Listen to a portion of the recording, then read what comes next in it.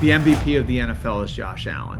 All right, it's the Breer Report for September the 24th. Week 3 is in the books. We have a handful of 3-0 teams left, and we are going to hit 3 of those 3-0 teams here today. And the first one I want to touch on is the Pittsburgh Steelers, who look like a vintage Pittsburgh outfit with the way that they're running the ball, with the way that they're playing defense.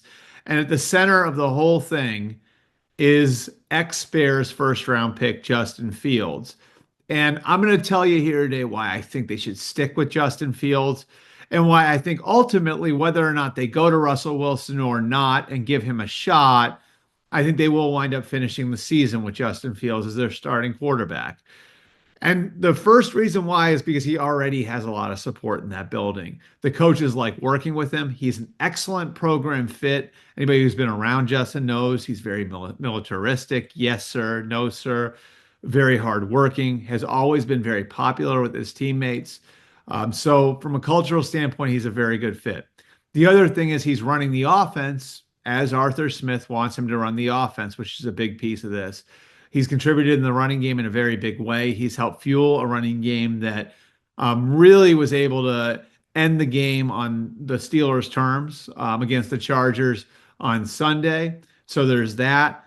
And you're also seeing week over week improvement. And that is really maybe the biggest piece of the puzzle here is from week 1 to week 2, he improved. And then from week 2 to week 3, he improved. And where we've seen the improvement over the last 3 weeks, he's throwing with anticipation better. He's throwing into shorter windows. He's playing more confident from the pocket. And there was one play in particular, and it's one that most people who watch that game would be familiar with, the touchdown pass to Calvin Austin, where it didn't look like much.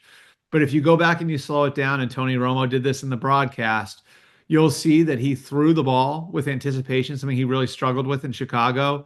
Threw the ball as Calvin Austin was going into his break. He threw the ball between defenders into a window, and he hit Calvin Austin in stride. Talent has never been an issue with Justin Fields. He's always been a naturally accurate thrower of the football. He's always been very athletic. Where he's struggled is how fast he sees things and throwing and in throwing with anticipation. And we're starting to see those things improve under the watchful eye of offensive coordinator Arthur Smith. You'll remember Arthur Smith resurrected Ryan Tannehill's career in Tennessee. And he did it by building an offense that was right for Ryan Tannehill.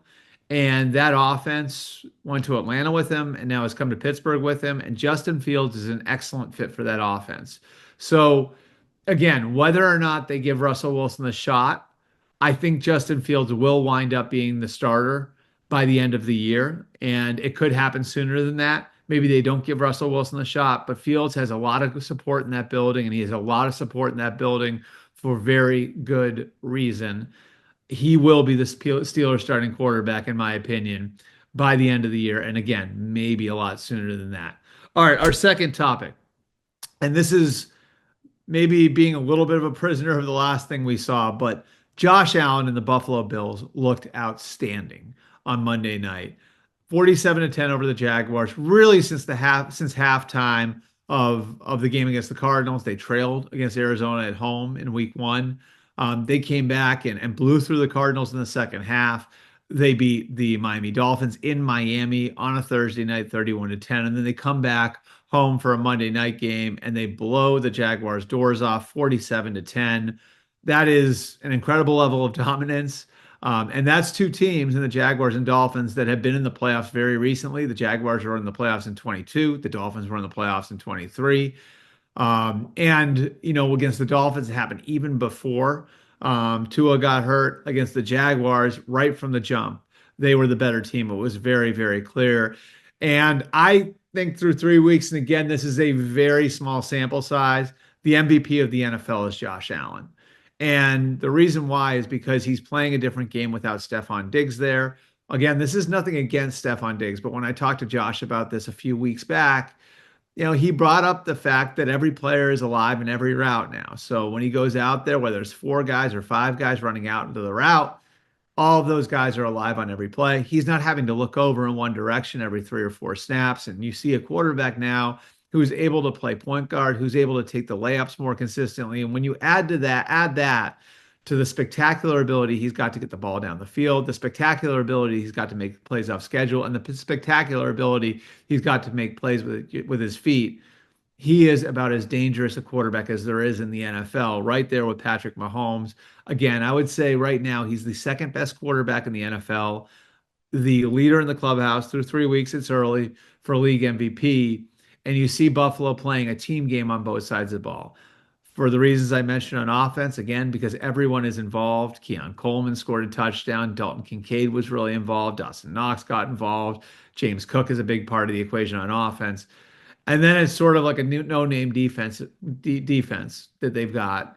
Ed Oliver's probably the biggest star they have. Greg Rousseau is playing really well. In the back seven, they've really relied on a lot of new guys with Tre'Davious White gone, with some of the guys they've relied on, Matt Milano at linebacker, injured. They've really done a lot from a team standpoint playing together, and the Bills are 3-0 as a result and as dangerous as any team in football. Finally, the third topic, the Minnesota Vikings are also 3-0. And this may come as a little bit of a surprise to people. They lost arguably their most important offensive player and defensive player of the last decade this offseason. Losing Kirk Cousins on offense, no offense to Justin Jefferson. Cousins was there a little bit longer. And then Danielle Hunter on defense. And Sam Darnold is obviously the biggest story here. And I think what you're seeing is a prime example, as Geno Smith is, as Baker Mayfield is, of a quarterback who was in a bad situation earlier in his career, getting into better situations and reaping the benefits of it. When he was with the Jets, he played in a complex offense under Adam Gase. That offense was built for Peyton Manning. Sam Darnold, coming out of USC, was raw. He'd only played in that spread offense under Clay Helton. There wasn't a whole lot to it, and he had a long way to go to grow into becoming a full-fledged NFL quarterback. He struggled in Gase's offense. It was a little too much for him. Unfortunately, that's where the whole Ghost storyline came from. And then he had a chance to reset after washing out in Carolina, got the redshirt year learning from Kyle Shanahan in San Francisco, and then he was able to take the lessons he learned in San Francisco over to Minnesota. And maybe the best example you could see that was a clue that this could happen was at the end of the Christmas night blowout loss for the Niners, the Ravens. Sam Darnold got in there, and if you watched closely, you could see a guy who was playing faster, who was playing with more confidence, and that's carried right over into the early parts of this year. He made plays in week 2 down the stretch of that game without Justin Jefferson, Jordan Addison, or TJ Hawkinson out there. So as good as the situation's been around him, he's also making it happen without some of his stars out there. So he's been really steady in replacing Kirk Cousins. And then on the other side of the ball, I mean, you look at what the Vikings have done defensively under Brian Flores. Again, it's not with a bona fide franchise player on that side of the ball the way that they had a bona fide franchise player on that side of the ball with Danielle Hunter, but it was with a lot of pieces that fit what they're trying to do. They bring in Jonathan Grenard from Houston. They bring in Andrew Van Ginkel from Miami. Both those guys are really good fits. You still have Harrison Smith as a leader on the back end. And they're just able to do a lot because they've got a lot of smart, good football players and balance on the defensive side of the ball. And Brian Flores has really brought new life to what they're doing there in allowing them to play fast while throwing a lot at offenses. And we saw what it did to CJ Stroud. And I think what's most interesting about that is it could cause the Texans to learn some lessons about where they're at. It's also a very tough team, the Vikings are. And the best example of it, if you go back and you look over the years at the San Francisco 49ers and the record of teams coming off playing the Niners, teams generally coming off playing the Niners would be beat up and they wouldn't play well the next week. Just a fact. Over the last few years, they've been one of the most physical teams in football, and they leave a mark with the teams that they play. Well, in week 2, the Vikings and the Niners went head-to-head with one another. And the result coming out of it, the Niners wound up losing to the Rams, and the Vikings came out flying and beat down the Texans. So it's a great sign for where Kevin O'Connell's program is. Again, Sam Darnold, a huge pickup as Kirk Cousins' replacement. Brian Flores has done a great job in his second year as defensive coordinator. And I think now you look at where the Vikings are, they've got flexibility from a cap standpoint. They're younger than they were last year.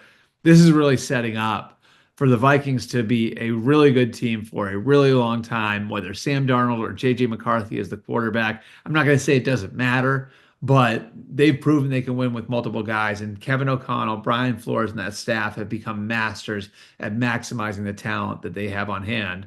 Really quick note here. Kevin O'Connell only signed a 4-year deal, so he's in the second to last year of his deal there in Minnesota. If I'm the Will family, I'm going in and redoing that contract right now. All right, so that'll be it for the Breer Report for September the 24th. We will be back at you on Friday morning to preview Week 4.